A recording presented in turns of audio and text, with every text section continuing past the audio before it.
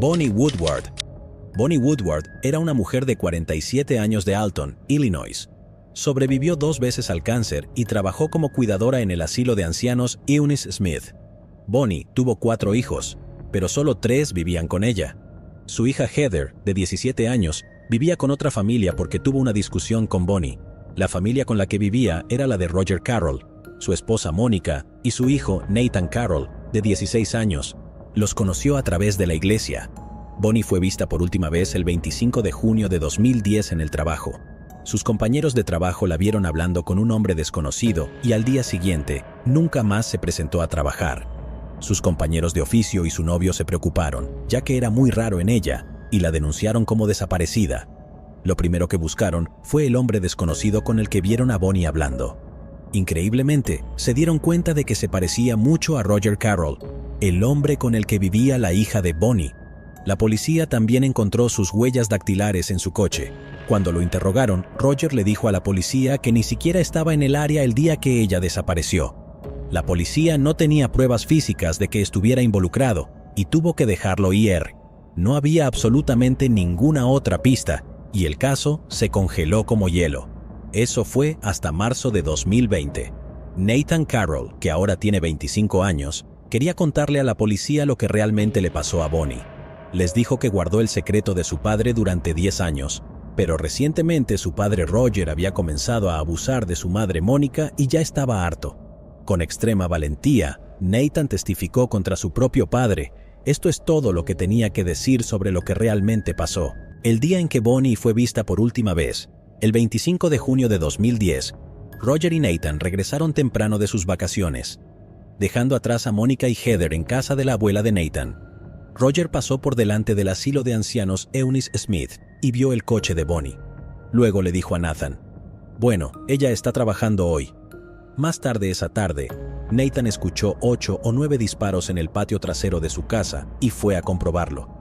Vio a su padre con una pistola y a Bonnie tirada en el suelo con pantalones médicos y zapatillas blancas.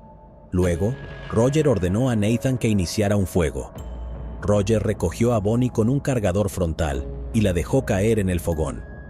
Los dos mantuvieron el fuego encendido durante días hasta que solo quedaron fragmentos de huesos carbonizados. Roger también le ordenó a Nathan que destruyera su teléfono con un martillo y cortara el césped donde estaba el fuego. Nathan obedeció porque Roger le dijo que Bonnie era una muy mala persona y que abusaba de Heather. Una de las frases que usó Roger fue: «Ella necesita irse y no volver nunca más». Toda esta nueva información llevó a una búsqueda de la propiedad de Roger. La policía encontró un casquillo de bala de 9 milímetros, un proyectil a juego y fragmentos de hueso a juego. Incuestionablemente, fue declarado culpable. De hecho, recibió su sentencia el 23 de abril de 2020 con 30 años de prisión. Adam Brundage. Adam Brundage era un hombre de 26 años y padre de 2 hijos en Quakertown. Recientemente, había heredado mucho dinero cuando falleció su padre y con los ingresos compró una casa. Vivía allí con su compañero de cuarto, Damon Smoot. Adam conoció a Damon solo unos meses antes de comprar la casa. En octubre de 2004, la exnovia de Adam y madre de sus hijos se preocupó cuando él dejó de contestar sus llamadas y lo denunciaron como desaparecido. Una de las cosas extrañas fue que el compañero de cuarto de Adam, Damon, todavía vivía solo en la casa de Adam y conducía el Mercury Cougar 1997 de Adam, que era su posesión más preciada. Damon le dijo a la madre de Adam que éste le dio todo. Cada vez que la policía o alguien le preguntaban a Damon qué le pasó a Adam, él contaba una historia diferente. En primera instancia dijo que Adam fue a Iowa porque estaba atrasado con la manutención de sus hijos. Luego, dijo que fue a Wisconsin para huir de una orden de arresto. La historia cambiaría un par de veces más después de eso. Recién en el año 2020, Damon decidió contarle a la policía lo sucedido. El 9 de enero aceptó declararse culpable y le contó todo a los agentes. Les contó que tenía celos de Adam y de todas las posesiones que tenía. El 4 de octubre de 2004, Adam llamó a Damon pidiéndole suministros, pues necesitaba arreglar algo en la casa. Damon le dijo a Adam que se reuniera con él en su lugar de trabajo. Allí los dos tuvieron una gran discusión. Damon sacó un bate de béisbol de su auto y golpeó a Adam en la cabeza con él. Adam cayó al suelo y empezó a tener un ataque. Luego, Damon colocó sus dedos sobre la nariz y la boca de Adam hasta que dejó de respirar. Damon le mostró a la policía dónde había enterrado a Adam. Fue necesario más de un día para recuperar los restos. La policía estaba segura de que si Damon no les hubiera dicho nada, nunca habrían encontrado a Adam. Damon ya estaba cumpliendo una sentencia de 10 años por un delito no relacionado. De este modo, podrá optar a la libertad condicional cuando tenga 62 años. La madre de Adam, Donna Brandich, dice que supo desde el principio que era Damon, porque él conducía el auto de Adam y vivía en su casa como si fuera su dueño, básicamente viviendo la vida de Adam. El fiscal de distrito Matthew Weintraub dijo: Adam nunca tuvo un funeral, nunca tuvo una lápida, solo una tumba en la roca durante 15 años, pero ahora me complace decir que ha sido devuelto a su familia para un entierro adecuado. James Essel. James Essel era un padre y esposo amoroso que vivía en el condado de Montgomery, Virginia Beach. Era dueño de la tienda de conveniencia Sugarloaf Mountain Market.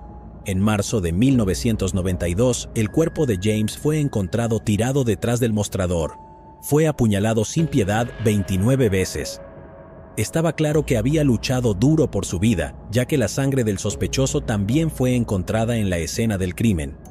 Esta era la única pista que tenía la policía, pero el ADN no era tan avanzado como lo es hoy en día y no podían hacer mucho con él. En 2017, la policía envió las muestras genéticas que habían recolectado a Parabon Nanolabs.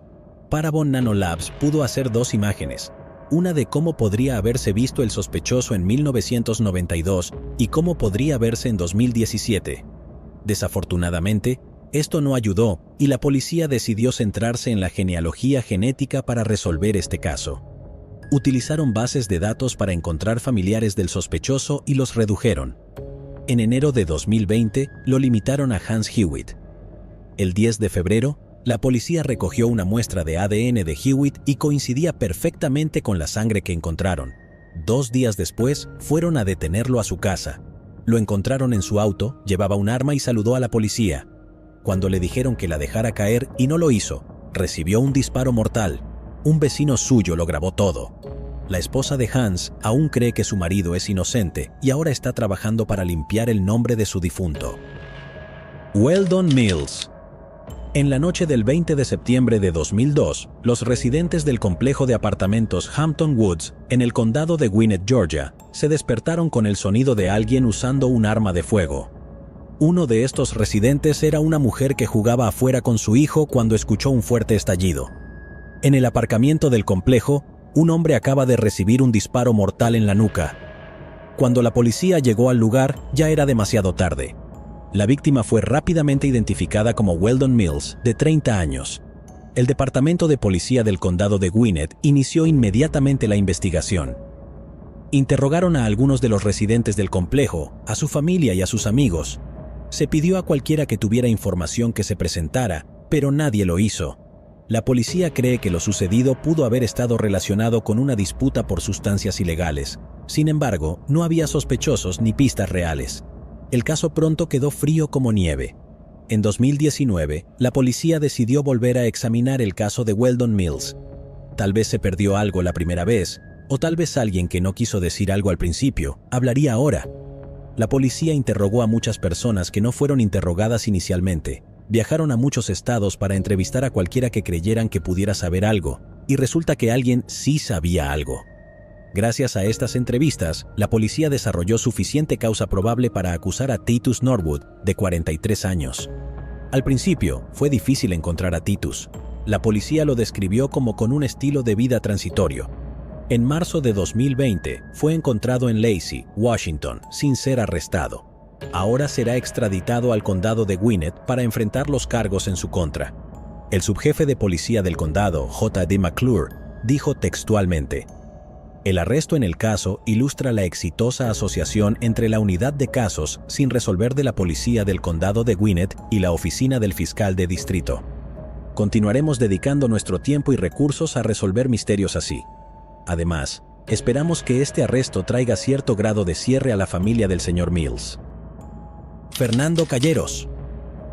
La tarde del 10 de junio de 1978, el cuerpo de Fernando Calleros fue encontrado fuera de un negocio en Easterly Street en Phoenix, Arizona. Él, junto con una mujer, fueron encontrados en la caja de una camioneta. La mujer fue agredida despiadadamente, pero sobrevivió. Fernando fue brutalmente golpeado y sucumbió a sus heridas. Y eso que apenas tenía 23 años.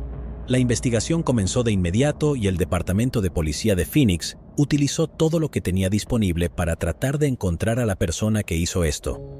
Pudieron recuperar algunas huellas dactilares de la escena del crimen. Las huellas dactilares coincidieron con Glenn Edward Williams, de 21 años, quien trabajó y vivió en la zona. Fue detenido en enero de 1979. El tipo negó cualquier participación o irregularidad. La policía, por otro lado, creía que tenía pruebas suficientes para acusarlo de los crímenes. Sin embargo, tuvieron que dejarlo ir y se retiraron los cargos por no tener pruebas suficientes. Desafortunadamente, esta era la única pista que tenían. Sin nada más sobre qué continuar, el caso quedó paralizado. En 2019, el Departamento de Policía de Phoenix decidió darle otra mirada al caso de Fernando. Sabían que la tecnología de ADN había avanzado mucho desde 1978 y creían que quizás ahora podrían resolver el misterio. Así pues, se probaron más artículos.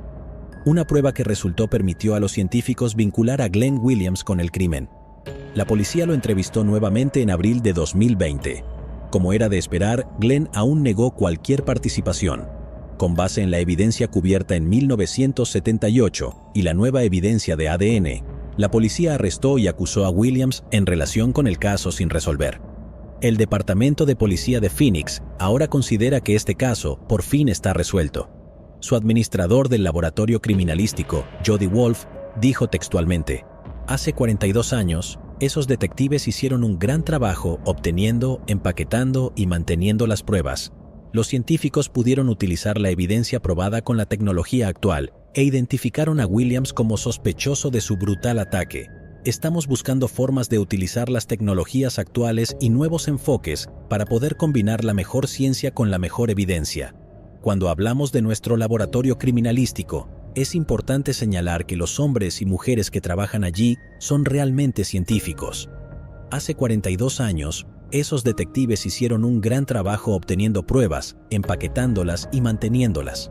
Ha estado bajo custodia del Departamento de Policía de Phoenix durante 42 años. Tenemos un equipo increíble. Son profesionales en lo suyo, científicos picudos, y eso es lo que amamos en la ciencia. Es una gran recompensa y una gran experiencia para nuestros analistas poder participar en estos casos". John Anthony Muncy. John Anthony Muncy nació el 7 de diciembre de 1967 en Columbus, Ohio. Le gustaba llamarse Tony y era un gran admirador de AC/DC y Kiss. Tony, de 15 años, fue visto por última vez en la tarde del 15 de octubre de 1983 en un cine de York Plaza. Sus padres no lo esperaban pronto en casa, pero después de un tiempo se preocuparon y llamaron a la policía. Al día siguiente, su cuerpo fue encontrado accidentalmente por un oficial que vio una pierna asomando de un bote de basura. Fue encontrado en South Galena Road, condado de Delaware, Ohio. Rápidamente, fue identificado como Tony. Se creía que pasó por Columbus y luego lo llevaron para arrojarlo al condado de Delaware. Tony fue apuñalado numerosas veces en la espalda. Se observó que había sangre en la escena del crimen que no pertenecía al chico. La policía no tenía nada más con qué continuar. Almacenaron toda la evidencia de ADN que tenían, pero no pudieron hacer nada con ella en ese momento. En 2013, se reabrió afortunadamente el caso. Creían que ahora existía la tecnología para resolverlo. Enviaron pues toda la evidencia de ADN que tenían. Por desgracia, cuando volvió la prueba, no había ninguna coincidencia. Tenían la evidencia de ADN, pero no sabían a quién pertenecía. En 2018, uno de los agentes se enteró de un caso sin resolver que se resolvió en Washington, donde la policía tenía la evidencia de ADN, pero no sabía a quién pertenecía. Investigó un poco sobre el caso y descubrió que se comunicaron con Parabon Nanolabs para ayudar a resolverlo. Luego, el oficial Rusty Yates se comunicó con el propio Parabon Nanolabs y les preguntó si podían ayudar y estuvieron de acuerdo. Después de realizar las pruebas iniciales, Parabon Nanolabs dijo que redujeron al sospechoso a una familia con 3 hermanos. 2 de ellos fueron rápidamente descartados. Esto solo dejó a un hombre llamado Daniel Allen Anderson. Anderson tenía un historial criminal muy extenso que involucraba a adolescentes. Esta información ayudó a la policía a determinar que Anderson era responsable de lo que le sucedió a Tony. Sin embargo, no pudieron interrogarlo desde que falleció en 2013. Sin embargo, están seguros de que él es el responsable y consideran el caso resuelto. El hermano menor de Tony dijo lo siguiente: "Nunca irá a la cárcel por este crimen, pero lo más importante es que todos sabemos que nunca volverá a lastimar a otra persona. Hay 2 familias que resultaron heridas por esto, y espero que esto sea algo que ellos también puedan encontrar. Un cierre para ellos mismos". Olof Palme. Olof Palme nació en enero de 1927 en Estocolmo, Suecia. Olof era un joven inteligente y pronto aprendió alemán e inglés. En 1945 se alistó en el ejército y sirvió durante un par de años. También visitó muchos otros países. Fue durante estas visitas que comenzó a formarse fuertes opiniones políticas. Olof se identificó como un demócrata socialista. Olof se convirtió en primer ministro de Suecia en 1982. Se ganó muchos enemigos porque era muy franco, y sus opiniones estaban muy a la izquierda. El 28 de febrero de 1986, él y su esposa Lisbeth Palme volvían caminando a casa desde el cine en Estocolmo. Luego, Olof recibió un disparo en la espalda desde corta distancia. Un segundo disparo rozó la espalda de Lisbeth. Los médicos llegaron rápidamente al lugar para llevarlo al hospital de Sabbatsburg, pero ya era demasiado tarde. Lisbeth sobrevivió a la terrible experiencia, pero Olof no. La calle estaba muy transitada, por lo que uno pensaría que alguien vio quién lo hizo, pero no fue el caso. Ningún sospechoso real se presentó después de hablar con los testigos. Durante los años siguientes, hubo algunos posibles sospechosos que otras policías investigaron, pero ninguno de ellos pudo estar relacionado con el caso. En 1989, un hombre llamado Christer Pedersen fue condenado por el crimen. Lisbeth Palme lo identificó como el hombre que le quitó la vida a su marido en una alineación de autores policial. Posteriormente, un tribunal de apelaciones anuló la condena y tuvieron que dejarlo en libertad nuevamente.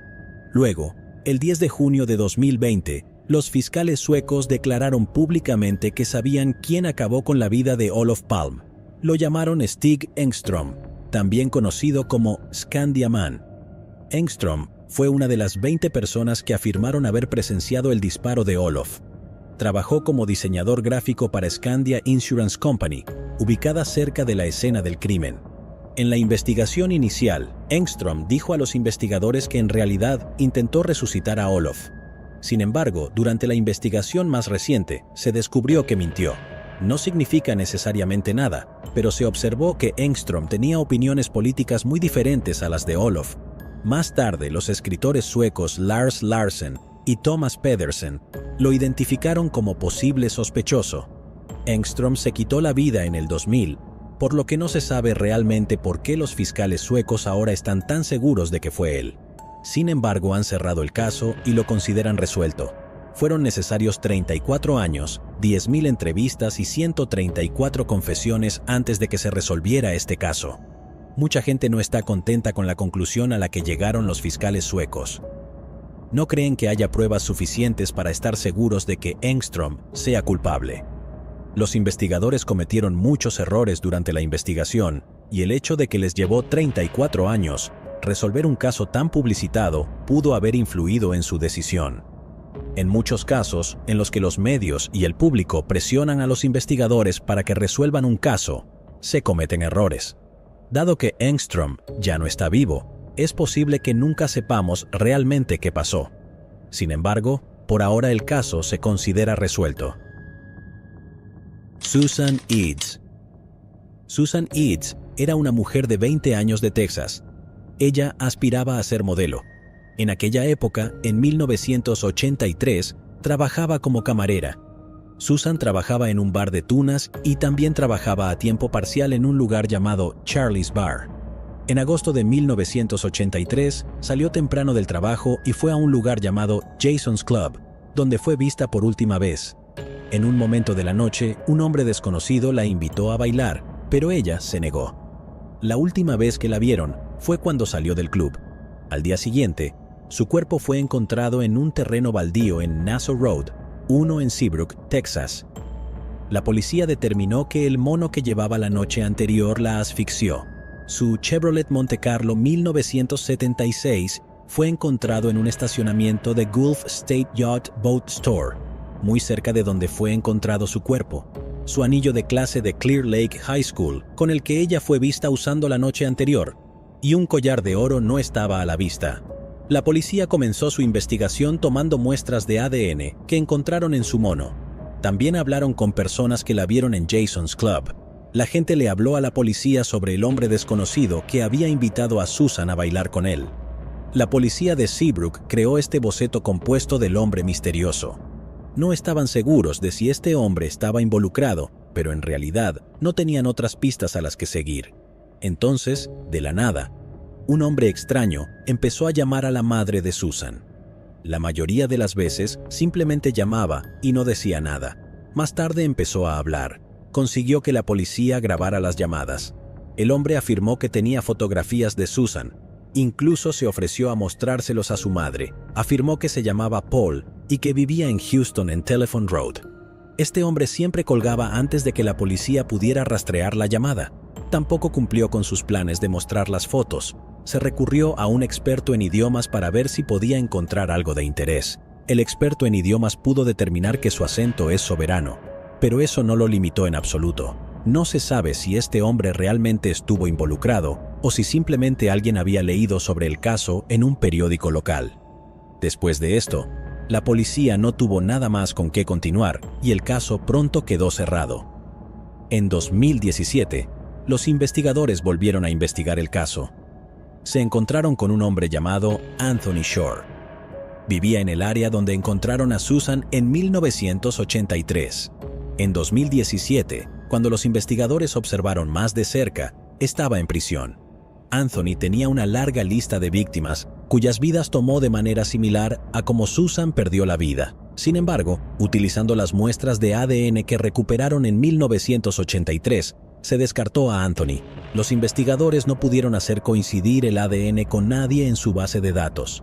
Sin embargo, les dio una idea a los investigadores. Decidieron contactar al FBI y a los genealogistas. Los siguientes meses los dedicamos a comparar la muestra de ADN con perfiles de ascendencia en línea. Seguidamente, se encontró una coincidencia con un pariente lejano del sospechoso.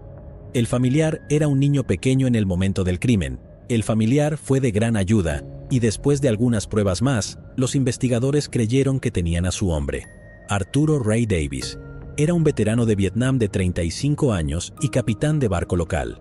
Davis coincidió con el boceto compuesto casi a la perfección. Ambos tenían sombrero de vaquero, cabello que les caía hasta las orejas, bigote que les llegaba hasta las comisuras de los labios, pómulos altos y barbilla pronunciada.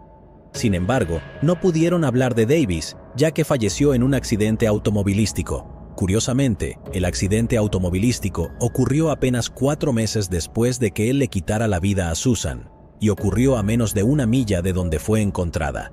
Para los investigadores, no basta con resolver este caso. Quieren saber por qué Davis hizo lo que hizo. Están pidiendo a cualquier persona que tenga información que se acerque y se comunique con ellos. El guardabosques de Texas, Brandon Bess, dijo que alguien lo conoce. Alguien sabe quién era y qué hacía, especialmente en ese momento de agosto de 1983. La familia de Susan Eads y los investigadores se reúnen para colocar rosas en su tumba después de que el caso se resolviera recientemente. La familia acepta que el caso está resuelto, aunque no hubo juicio ni condena. Están felices si saben quién lo hizo. Por supuesto, también querrían saber por qué hizo lo que hizo. Tanya Sims. Una mujer acompañaba a sus hijos a la escuela la mañana del 24 de octubre de 1996. Vio el cuerpo de una mujer joven de largo cabello rubio. La joven quedó tirada en el suelo en un callejón. Esto sucedió en Aurora, Colorado. La policía llegó rápidamente al lugar. Señalaron que la joven había sido apuñalada. Se pidió al periódico local que diera a conocer el caso para que pudiera salir más información. Luego, los testigos se acercaron y ayudaron a identificar a la mujer como Tangi Sims, de 25 años. Tangi creció en Tennessee pero se mudó a Colorado. Trabajó en un restaurante como cocinera. La policía también pudo determinar que la última vez que fue vista caminaba hacia un semirremolque. Quien le hizo esto dejó mucha evidencia de ADN porque se cortó accidentalmente. Después de una larga investigación, la policía todavía no tenía idea de quién le hizo esto y el caso quedó cerrado. En 2019 se volvió a investigar el caso. Los investigadores conocieron los avances en las pruebas de ADN y la investigación genealógica. La evidencia de ADN fue entregada a Joan Hanlon de United Data Connect. Esto llevó a los investigadores a la familia del sospechoso. Los investigadores tuvieron que viajar de estado en busca de familiares. Después de algunas pruebas más en 2020, por fin supieron quién lo hizo. Wesley Bachmann nació en 1955. El único problema fue que falleció en 2008. Los investigadores descubrieron que Wesley había sido camionero y durante algún tiempo vivió en la misma zona que Tangi Sims. Y como recordarás, Tangi fue vista por última vez caminando hacia un semirremolque. Fueron necesarios 23 años para que este caso se resolviera. Los detectives ahora están investigando la posibilidad de que Wesley Bachmann también haya tenido otras víctimas. Shawn Marie Neal. Shawn Marie Neal nació el 2 de agosto de 1972 en Myrtle Beach, Carolina del Sur. El 1 de junio de 1996, Shawn, de 23 años, debía encontrarse con un hombre llamado Don Gibson en North Myrtle Beach. Al no regresar a casa, su novio denunció su desaparición. Poco después, la policía realizó un control de bienestar en un condominio en North Myrtle Beach. En el interior encontraron el cuerpo de Shawn Marie Neal. La habían asfixiado. Varios elementos de la escena del crimen fueron localizados en un contenedor de basura cercano. Los investigadores pudieron recopilar muchas pruebas de ADN de estos elementos. Desafortunadamente, esto fue todo lo que pudieron hacer y el caso quedó congelado. Luego, en 2017, se volvió a investigar el caso. La evidencia física del caso fue enviada al laboratorio forense del departamento del sheriff del condado de Richland en Columbia, Carolina del Sur. El laboratorio pudo descubrir evidencia de ADN que no se encontró en la investigación inicial. El nuevo ADN se ingresó en una base de datos nacional de ADN en 2020 y coincidía con el ADN de Ronald Lee Moore. Se reveló que Ronald también había sido nombrado sospechoso en una serie de casos de robos y agresiones. Ronald vivía en Maryland. Sin embargo, los investigadores descubrieron que tenía amigos en Luisiana. Creen que pasó por Myrtle Beach y se cruzó con Shawn Marie Neal. Falleció en 2008 mientras estaba en prisión por un cargo no relacionado. Fueron necesarios 23 años para que este caso se resolviera. Es toda una coincidencia que en los dos primeros casos de este video, la persona que cometió los crímenes falleciera en 2008 y ambos casos tardaron 23 años en resolverse. Carolyn Cox. Carolyn Cox Rose era una destacada agente de bienes raíces de Pensacola en 1978. Carolyn era la vicepresidenta de Better Homes, Incorporated. La mañana del 7 de abril de 1978, poco después de las 8 de la mañana, salió de su oficina. Le dijo a su asistente que tenía una cita con un comprador potencial de una casa de $65,000. A las 2 de la tarde, Carolyn todavía no había regresado y sus compañeros de trabajo se preocuparon. Así que fueron hasta la casa para ver si algo andaba mal. Descubrieron su Chevrolet Caprice Classic 1977 estacionado afuera de la casa. Cuando entraron a la casa, hicieron otro descubrimiento. En uno de los dormitorios estaba el cuerpo de Carolyn. La habían asfixiado. Conmocionó a toda la comunidad. Todos los demás agentes inmobiliarios se dieron cuenta de lo fácil que podría haber sido uno de ellos. Los agentes inmobiliarios locales rápidamente se unieron para ofrecer una recompensa de $5,000 por cualquier información que pudiera conducir a un arresto. Los investigadores no estaban seguros de si el crimen se produjo de forma espontánea o si había sido premeditado. No tenían idea de quién era el cliente y Carolyn se fue a la casa. Todo lo que tenían era evidencia de ADN que recogieron de la escena del crimen. A finales de la década de 1970, era muy poco lo que podían hacer con el ADN. Esto significó que, lamentablemente, el caso quedó congelado. Sin embargo, algo bueno salió del crimen. Un inventor local, Dylan Vickery, comenzó a convertir los abridores electrónicos de puertas de garaje en dispositivos diseñados especialmente para agentes inmobiliarios en peligro. Podrían hacer sonar sirenas ruidosas con solo presionar un botón. La oficina del sheriff del condado de Escambia inició una investigación sobre un hombre de Nueva York. El hombre había estado en el área metropolitana de Pensacola buscando comprar en el momento en que le quitaron la vida a Carolyn. Sin embargo, no hubo pruebas suficientes para realizar un arresto y el hombre fue absuelto como sospechoso. Luego, recientemente, un investigador llamado Kevin Coxwell pidió al Departamento de Aplicación de la Ley de Florida y a Parabon Nanolabs que ayudaran a resolver el caso. Gracias a los avances en la tecnología del ADN, ahora se pueden utilizar las pruebas de ADN que recogieron en 1978. Fue emparejado con Julius William Hill Jr. Esto se anunció en junio de 2020. Falleció en 2007 mientras estaba en una prisión federal por un delito no relacionado. Fueron necesarios 42 años para que este caso se resolviera. Los familiares de Carolyn desearían que esta noticia hubiera llegado un poco antes. Su hijo, que tenía 24 años cuando ella perdió la vida, tuvo que ser sedado al enterarse de la noticia. Falleció en 2020 a causa del virus, apenas unos meses antes de saber quién le quitó la vida a su madre. Vanessa Smallwood. Vanessa Smallwood era una mujer de 46 años del condado de Burlington, Nueva Jersey. Vanessa trabajaba para un contratista en el Aeropuerto Internacional de Filadelfia, pero estaba de baja por discapacidad. Tenía 3 hijos adultos y luchaba contra problemas de salud mental. El 27 de enero de 2014, Vanessa y su esposo fueron a una tintorería en Haddonfield Road en Cherry Hill. Su marido entró en la tintorería mientras ella esperaba dentro del coche. El coche es una minivan Chrysler del año 2005. Cuando su marido salió, no había señales de su esposa ni del coche. Más tarde ese día, se escuchó una llamada desde el teléfono celular de Vanessa en Broad Street en Clayton Cluster. La policía no sospechó de ningún crimen y creyó que ella se había escapado.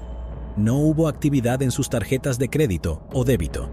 En 2020, los buzos de Walker Diving Underwater Construction estaban realizando una inspección en el río Salem para verificar si había obstrucciones en el agua que pudieran interferir con el envío cuando descubrieron el vehículo. El vehículo era un Chrysler. Dentro del auto, los buzos notaron que había un cuerpo femenino. Se realizaron pruebas de ADN y se confirmó que el cuerpo pertenecía a Vanessa Smallwood. No se sabe cómo terminó Vanessa en el agua.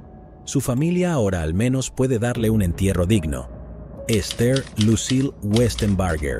Esther Lucille Westenbarger vivió en Fostoria, Ohio, la mayor parte de su vida. Asistió a Fostoria High School y trabajó para Finlay Industries, un fabricante de repuestos para automóviles, durante casi 20 años. En 2009, Esther aceptó la compra de su empleador y decidió mudarse a Kokomo, Indiana, para estar más cerca de su madre y sus hermanos. Inicialmente, fue con amor a su madre, pero después de distanciarse, Esther, de 51 años, usó el dinero que obtuvo de la compra para conseguir su propia casa. Una noche, salió con nuevos amigos suyos a ir de bar. Estacionó su Cadillac afuera de un bar. Esther fue vista por última vez caminando a pie, presumiblemente para ir a buscar su auto. Esa fue la última vez que la vieron a ella o a su coche.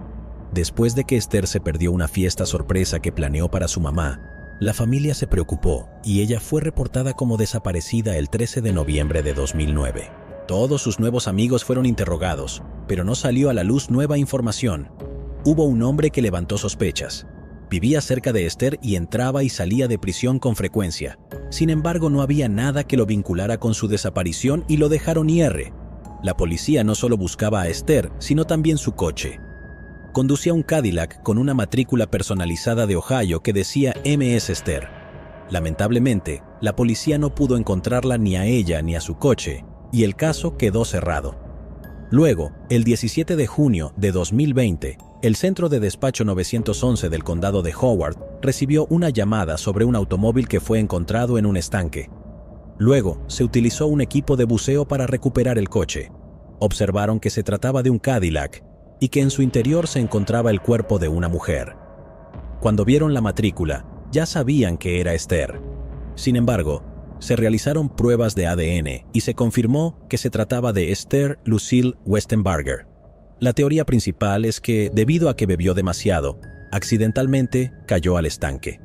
La policía ha dicho que no se sospecha de ningún crimen.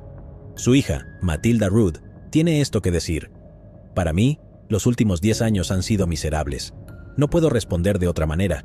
Seguimos con la vida cotidiana, pero nunca dejas de pensar en ella y de preguntarte. Son las preguntas, el por qué, el qué, el cómo y el cuándo. Las preguntas siguen rondando por tu cabeza constantemente. Bueno, ahora sé dónde y cómo, y espero que eso me ayude a terminar este proceso de curación». La desconocida del condado de Brooks. El cuerpo de una joven fue encontrado en un campo en Dixie, Georgia, en 1981. Fue estrangulada.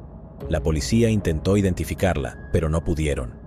Luego se hizo conocida como la desconocida del condado de Brooks. Sus restos fueron exhibidos en una funeraria local con la esperanza de que alguien pudiera identificarla. Pero, lamentablemente, nadie lo hizo. No mucho después, un hombre llamado George Newsom llamó la atención del Departamento de Policía del Condado de Brooks. Trabajaba a sueldo de viaje. En el interior de la autocaravana de su propiedad, la policía encontró la cuerda con la que habían estrangulado a la mujer. George Newsom escapó de la custodia de la cárcel del condado de Brooks y estuvo prófugo hasta enero de 1983, cuando fue arrestado en Alabama. Después de ser arrestado nuevamente, confesó el crimen y se declaró culpable en el juicio. Fue sentenciado a cadena perpetua. En 1988 falleció sin revelar nunca la identidad de la víctima. Luego, exactamente 37 años después de que se encontró el cuerpo de la mujer, se publicó una publicación sobre ella en Facebook. Una mujer llamada Kayla Bishop vio la publicación y dijo a los investigadores que su amiga de la infancia, conocida por ella como Cheryl Hammock, había desaparecido en 1981 después de viajar con un pasajero. Vio el boceto de la desconocida del condado de Brooks y sintió que se parecía a su amiga, Cheryl Hammock. Luego, los investigadores se pusieron en contacto con los familiares supervivientes de Hammock. El ADN fue tomado de su madre biológica. Luego se confirmó en 2020 que la desconocida del condado de Brooks es de hecho Cheryl Hammock. La identificación ha aportado cierto grado de cierre a la familia de Hammock. También sabían por qué George Newsom hizo lo que hizo. Cuando confesó a la policía, les dijo que empleaba a Cheryl a cambio de un viaje. Tuvieron una discusión y él decidió quitarle la vida. Karen Lee Spencer. Karen Lee Spencer era una niña de 12 años de Virginia. Fue vista con vida por última vez el 29 de noviembre de 1972. Karen les dijo a sus familiares que iba a la casa de una amiga a pedir prestado un libro. Al no regresar a casa, la denunciaron como desaparecida. Luego, un par de días después, su cuerpo fue encontrado en el bosque, en un área conocida como Fibers Field. El sitio es ahora la estación de Metro Huntington.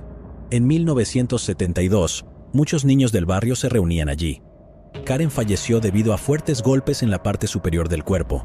El Departamento de Policía de Fairfax investigó a James Jamie Edwards, de 16 años. Algunos de los amigos de Karen le dijeron a la policía que creen que James era su novio y que si alguien supiera algo, sería él. La policía lo interrogó, pero él negó cualquier implicación. No se pudo establecer ningún vínculo que lo conectara con el crimen y lo dejaron en libertad. Falleció el 23 de agosto de 1997. No había mucho más por qué continuar y el caso quedó cerrado. Así permanecería hasta 2018. Dos conocidos de James Jamie Edwards dijeron a los investigadores que en la década de 1990, James les contó que le quitó la vida a una niña cuando era un adolescente y la enterró en un campo. Durante los siguientes 18 meses, los investigadores recibieron más información que incriminaba a Edwards. En 2020, pudieron concluir que James Jamie Edwards efectivamente le quitó la vida a Karen Lee Spencer. En una declaración policial, se dijo que durante casi 5 décadas, los detectives de delitos mayores se mantuvieron firmes en su búsqueda de justicia para Karen Lee Spencer, de 12 años, y su familia. El hecho de que nunca nos rendimos, combinado con la voluntad de nuestra comunidad de presentar información, fue fundamental para resolver este caso. Pamela Maurer. Pamela Maurer era una chica de 16 años de Woodridge, en el condado de DuPage. Asistió a la escuela secundaria Downers Grove South. Pamela fue vista con vida por última vez poco después de las 9 de la noche del 13 de enero de 1976. Salió de la casa de su amiga para ir a comprar un refresco a McDonald's. A la mañana siguiente, los trabajadores de la carretera descubrieron su cuerpo. Fue encontrada cerca de College Road y Maple Avenue en un área llamada Lyle. Estaba claro que Pamela había sido agredida y estrangulada. Los investigadores pudieron recolectar ADN, pero eso fue todo lo que pudieron hacer y el caso quedó cerrado. Luego, en 2001, se pudo crear un perfil de ADN. Cuando se ingresó a la base de datos del CODIS, no hubo coincidencias.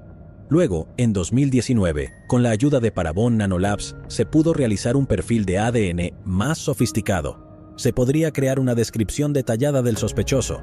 Luego, los investigadores crearon un árbol genealógico basado en los resultados. De este modo, se determinó que el ADN coincidía con Bruce Lindahl.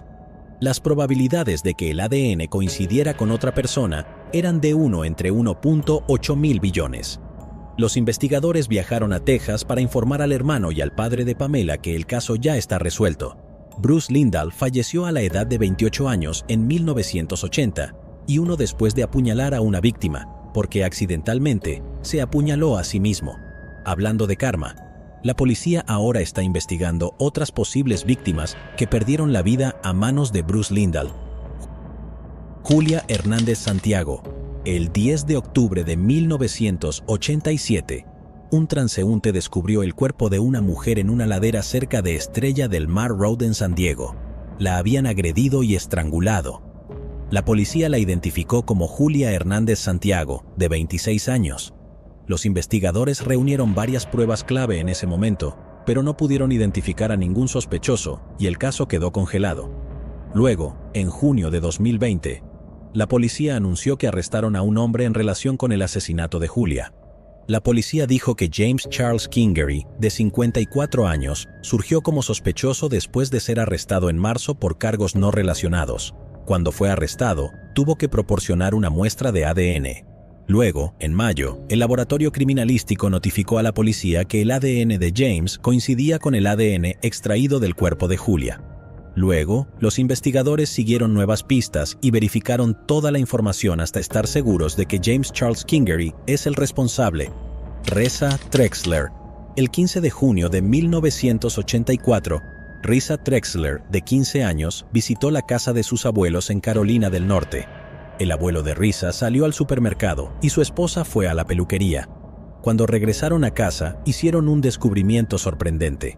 El cuerpo de Risa Trexler fue encontrado en el dormitorio de invitados. La habían agredido. Los investigadores pudieron recolectar ADN de la escena del crimen que pertenecía al sospechoso. En 1984 no podían hacer mucho con el ADN, pero lo almacenaron para poder utilizarlo más adelante. Al principio, la policía creyó que se trataba de un miembro de la familia. Se interrogó a sus amigos y familiares, pero no salió a la luz ninguna información real. Luego se analizó uno de los cabellos que fueron encontrados en la escena del crimen y resultó que el cabello pertenecía a un hombre afroamericano. Muchos testigos también se presentaron y afirmaron haber visto a un hombre afroamericano huir de la escena del crimen. Lamentablemente, el caso quedó congelado y seguiría así durante muchos años. En 2018, la hermana de Risa apareció en Dr. Phil. Este renovó el interés en el caso. Los investigadores volvieron a analizar el caso. Dado que el ADN avanzó mucho desde 1984, decidieron introducir el ADN que recogieron en aquel entonces en una base de datos genética pública con la ayuda de Parabon Nanolabs. Esto ayudó a los investigadores a limitarlo a los familiares del sospechoso. El cuerpo de un hombre desconocido ha sido exhumado para realizar más pruebas de ADN. La policía se negó a revelar la identidad de este hombre. Sin embargo, sí sabemos que el hombre tenía unos 40 años en el momento del crimen y es afroamericano. Falleció en 2017, tiene un pasado violento y trabajó cerca de la escena del crimen. Después de más pruebas de ADN, se confirmó que el ADN del hombre coincidía con el ADN encontrado en la escena del crimen. Como el hombre ya no está vivo, la policía y la familia se dan cuenta de que no todas sus preguntas tendrán respuesta, pero consideran que el caso está resuelto. Margaret Beck. Margaret Peggy Beck nació en 1947 en Colorado. Desde los 9 años, Margaret fue Girl Scout. En el verano de 1963, Margaret, de 16 años, era consejera de campamento en un campamento de Girl Scouts. El 18 de agosto de 1963, Margaret fue a un muelle para desayunar. Su compañera de tienda fue a ver cómo estaba cuando encontró el cuerpo de Margaret dentro de su tienda. La habían agredido y estrangulado. La razón por la que la compañera de tienda no estaba con ella fue porque se sentía enferma y dormía en otro lugar. Su familia fue informada de lo que le sucedió ese mismo día. La policía inició una extensa investigación para tratar de descubrir quién podría haber hecho esto. Sin embargo, sin ninguna pista, el caso quedó congelado. En 2007, crearon un perfil de ADN a partir del ADN recolectado en la escena de un crimen en 1963. Luego, lo ingresaron en la base de datos CODIS. Desafortunadamente, no se pudieron hacer coincidencias. Luego, en 2019, con tecnología de ADN más avanzada, lo intentaron de nuevo. Esta vez utilizaron United Data Collect. Los llevó hasta familiares del sospechoso. Después de una investigación más profunda, la oficina del sheriff del condado de Jefferson anunció en abril de 2020 que creen que James Raymond Taylor acabó con la vida de Margaret. Emitieron una orden de arresto en su contra, pero no han podido localizarlo. Fue visto por última vez en Las Vegas, Nevada, en 1976. Taylor vivía en Edgewater, Colorado, en 1961 y estaba casado. Trabajó en un taller de reparación de televisores y tuvo al menos un hijo. La policía cree que todavía estaba en la zona en 1963 cuando Margaret perdió la vida. Taylor tendría hoy 81 años si todavía estuviera vivo. Se cree que este es el caso sin resolver más antiguo resuelto mediante genealogía genética. Pero como cada vez se resuelven más casos gracias al ADN, es posible que no sea el más antiguo por mucho tiempo. Arthur McPaul. El 19 de octubre del año 2000, se encontró el cuerpo de un hombre en una habitación del Dollar Inn. El motel está situado en Indianápolis. El hombre había sido estrangulado y agredido. La policía se apresuró a identificarlo como Arthur McPaul, de 38 años. Los investigadores encontraron el ADN del sospechoso debajo de las uñas de Arthur. Ingresaron la evidencia de ADN en su base de datos, pero no encontraron ninguna coincidencia. La policía no tenía nada más con qué continuar y el caso quedó cerrado. Luego, en julio de 2019, la unidad de casos sin resolver del Departamento de Policía de Indianápolis recibió la noticia de que se había logrado una coincidencia. Un hombre de 54 años llamado William Swain fue arrestado en el condado de Goshen por robo. Cuando dio sus huellas dactilares y las introdujeron en la base de datos CODIS, descubrieron que coincidían con las huellas dactilares del teléfono de la habitación del motel de Arthur McPaul. Luego se realizaron pruebas de ADN y se confirmó que el ADN de William coincidía con el ADN encontrado en el cuerpo de Arthur McPaul. La policía arrestó a William Swain en marzo de 2020. William dijo a los investigadores que no conocía a Arthur McPaul y que no estaba en Indianápolis. Después de investigar un poco más, la policía descubrió que William estaba, sin embargo, en Indianápolis en el momento en que le quitaron la vida a Arthur. Después de escuchar la noticia, el hijo de Arthur McPaul, Juan McPaul, y su madre se sintieron aliviados, pero todavía tenían preguntas. Voy a esperar hasta volver a hablar con mi abuela. Ella siempre ha dicho que nunca renunciaría a descubrir qué le pasó a mi papá. Tengo tantas preguntas, incluso por qué tuvo que hacerle eso a mi papá. Scott Johnson. Scott Johnson era un estudiante de doctorado en matemáticas estadounidense. En 1984 se casó con su socio, Michael Nunn. Los dos se conocieron mientras estudiaban en la Universidad de Cambridge en el Reino Unido. Luego, en 1986, los dos se mudaron a Australia. El 8 de diciembre de 1988, Scott habló con un amigo que lo llamó al teléfono de su casa en Sydney. Esta es la última vez que se sabe que alguien habló con él. Luego, 2 días después, el 10 de diciembre, un pescador, Brian Budson, ve la ropa de un hombre a unos 10 metros del borde de los acantilados de North Head en Manly, en el norte de Sydney. Luego se descubre el cuerpo de un hombre al pie de los acantilados. Fue identificado como Scott Johnson, de 27 años. Las heridas que sufrió correspondían a una caída desde un acantilado. La detective Doreen Cruikshank concluyó que Scott había saltado voluntariamente. La familia no estuvo de acuerdo con esta conclusión, especialmente el hermano de Scott, Steve. Intentó una y otra vez a lo largo de los años que la policía volviera a investigar. Steve argumentó que se estaban cometiendo muchos crímenes de odio hacia los homosexuales en el área y que Scott tenía mucho por qué vivir. La policía, por otro lado, consideró que no había forma de demostrar si Scott saltó o si lo empujaron. Sin embargo, la principal razón por la que la policía se negó a volver a investigar el caso fue porque Scott le había dicho previamente a su compañero que quería saltar del puente Golden Gate. El 10 de diciembre de 2018, la policía decidió investigar el caso una vez más.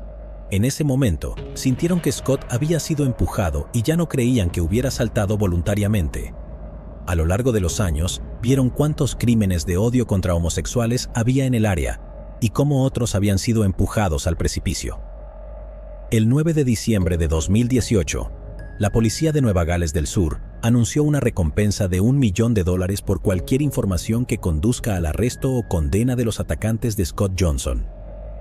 Luego, el 12 de mayo de 2020, la policía arrestó a un hombre en relación con lo sucedido en 1988, Scott White, de 49 años. La policía investigó a Scott White después de que se presentara un testigo. Después de investigar un poco más, la policía consideró que tenía pruebas suficientes de que Scott White es responsable de lo que le sucedió a Scott Johnson. Jerry Barnett. En 1965, Jerry Barnett, de 5 años, se quedó con una niñera de su madre, Anna Marie Barnett, en Kentucky. Anna Marie era solo una adolescente y luchaba por cuidar de Jerry. Mientras ella trabajaba, los miembros de la familia normalmente lo cuidaban, pero todos estaban ocupados. Por eso tuvo que buscar una niñera, alguien a quien no conocía en absoluto. Cuando Anna Marie regresó a casa, no había señales de su hijo Jerry ni de la niñera. Lo que ella no sabía era que la niñera se llevó a Jerry a Delaware. En Delaware, la niñera lo abandonó. El Estado pasó entonces a ser responsable de Jerry. No tenían idea de quién era ni dónde estaba su familia. Le dieron el apellido Thomas, le asignaron una fecha de nacimiento aproximada y lo colocaron en el sistema de cuidado de crianza. Anna Marie recibió poca ayuda para encontrar a su hijo desaparecido. Ella creía que era porque era madre adolescente y porque era negra. Con el paso de los años, Jerry se casó y tuvo sus propios hijos. Su hijo, Damon Parker, encontró interesante la historia de cómo su padre no conocía a su verdadera familia. Luego, el hijo se hizo una prueba de ADN en un sitio web de genealogía en 2016 y conoció a esa familia en Kentucky. Su ADN coincidió con el de un primo suyo llamado Will Barnett. Después de un poco de ayuda, se enteró de que su padre es hijo de Anna Marie Barnett. En 2020, después de 55 años, Anna Marie y Jerry Barnett se reunieron en Radcliffe, Kentucky. Fuera de la casa, Jerry se encontró con muchos familiares que ni siquiera sabía que tenía. Anna Marie estaba encantada de tener a su hijo nuevamente en su vida. Supo que era él en el momento en que lo vio. Ahora están recuperando el tiempo perdido. Anita Piteau. Anita Piteau nació el 9 de marzo de 1942 en Augusta, Maine. En 1967, se mudó al sur de California para triunfar en Hollywood. Todos los días sus padres recibían cartas escritas por Anita. Cuando cesaron las cartas, su familia se preocupó y contrató a un investigador privado, pero no pudo encontrarla. Lo que no sabían era que Anita había fallecido el 14 de marzo de 1968, apenas 5 días después de cumplir 26 años. Su cuerpo fue encontrado en un campo de California por 3 niños. La habían agredido. Se creía que su cuerpo fue transportado al campo. La policía no tenía idea de quién era ella ni quién acabó con su vida. Fue enterrada en una tumba anónima. Se hizo un boceto compuesto con la esperanza de que alguien la identificara, pero nadie lo hizo. No hubo pistas y el caso quedó congelado durante muchos años. Se pidió a Colin Fitzpatrick, del proyecto ADN desaparecido, que ayudara a localizar a los familiares de la víctima utilizando ADN. Al cabo de una semana, encontró a un miembro de su familia que vivía en Maine. Este familiar luego contó la historia de cómo su prima, Anita Piteau, no había sido vista en años. Después de más pruebas de ADN, se confirmó que la mujer no identificada era en realidad Anita Piteau. El proyecto ADN desaparecido no se realizó allí. Usaron ADN encontrado en su ropa y lo compararon con Johnny Crisco. falleció en 2015 a la edad de 71 años. No se sabe mucho sobre él, aparte de que estuvo en el ejército y fue arrestado en el condado de Orange en 1971.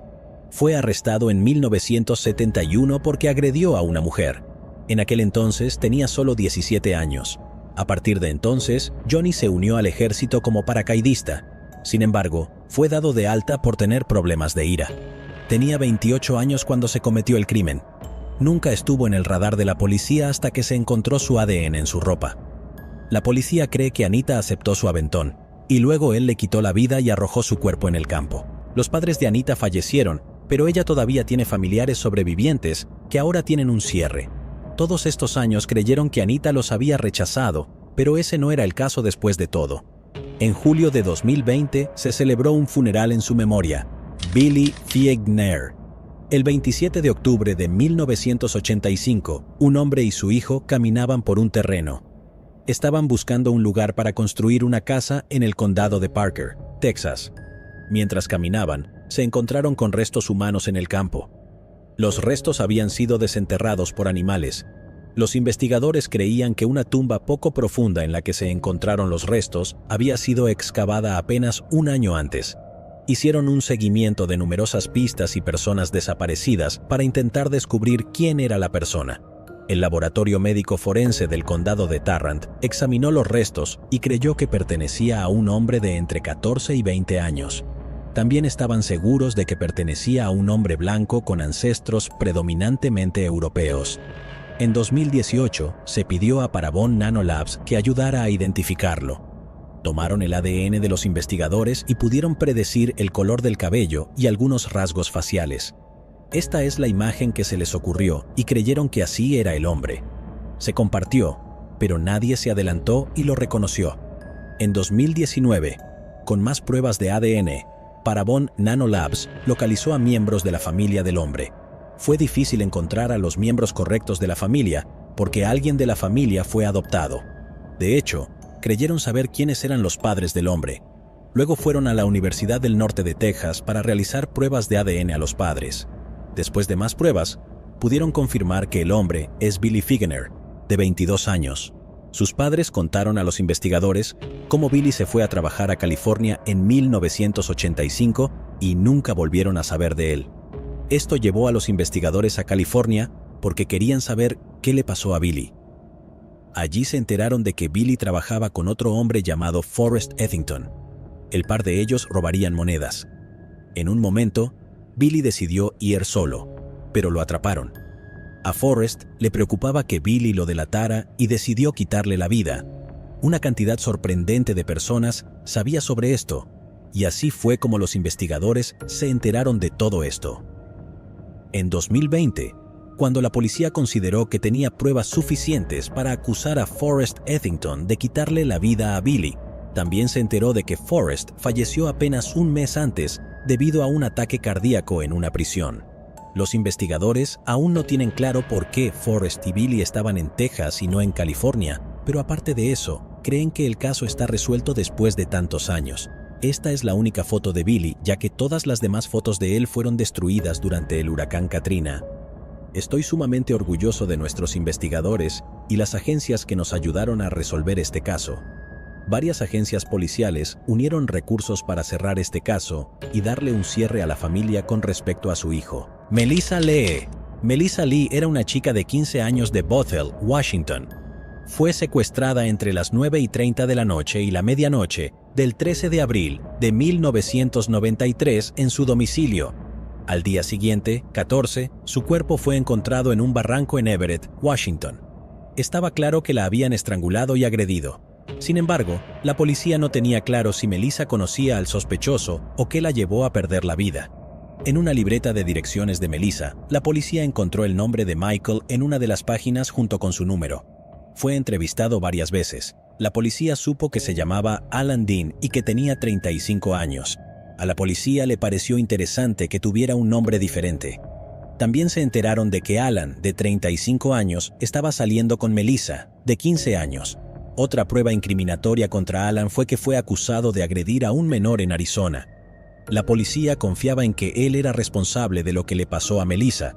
pero no tenían pruebas suficientes en su contra. Siguieron varias pistas y entrevistaron a decenas de personas, pero, lamentablemente, el caso quedó congelado.